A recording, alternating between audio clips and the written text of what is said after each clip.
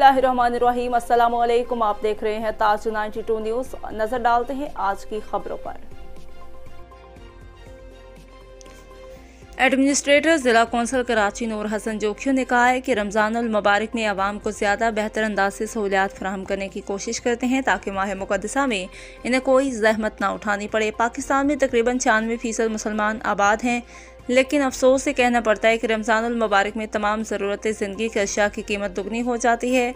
हम पर ये जुल्म ढाने वाले हमारे अपने ही भाई होते हैं। मुसलमान दुनिया भर में आज जो तकलीफ़ में हैं वो दरअसल हमारे अपने अमालों की बदौलत है। जो अल्लाह के पाक और नबी सल्लल्लाहु अलैहि वसल्लम ने हमें हिदायत और तालीमात दी हैं, उस पर हम 10% भी अमल नहीं करते, तो ज़ाहिर है नाकामी और मायूसी ही मिलेगी। अगर हम दुनिया में कामयाब होना चाहते हैं तो हमें इस पर 100% अमल करना होगा ताकि हम तमाम आलम में कामयाब व कामरान हो जाएं और दीन और दुनिया में भी हम सुरखरू हो सके। रमज़ान की आमद से पीने के साफ़ पानी की मांग में शदीद इजाफा हुआ है, जिसको मद्देनज़र रखते हुए कोशिश कर रहे हैं कि किसी भी इलाके में पानी की कमी नहीं हो ताकि अहलियान इलाका अपनी इबादत सुकून से अदा करे। जिस पे इलाके में मसला दरपेश आया है उसको फौरी तौर पर दुरुस्त किया जा रहा है।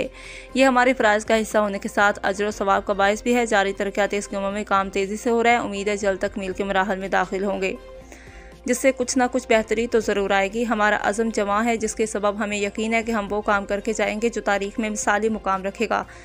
इन ख्यालात का इजहार उन्होंने ज़िला कौंसिल के मुख्तलिफ इलाकों में वाटर सप्लाई स्कीम्स का मुआयना करते हुए किया। इस मौका पर chief officer Ayaz Hamidullah Baloch, district engineer Mumtaz Ali Sardari, water supply incharge Afsal Baloch, engineer Mazhar Hussain Shah, मुकामी अफराद और दीगर भी मौजूद थे।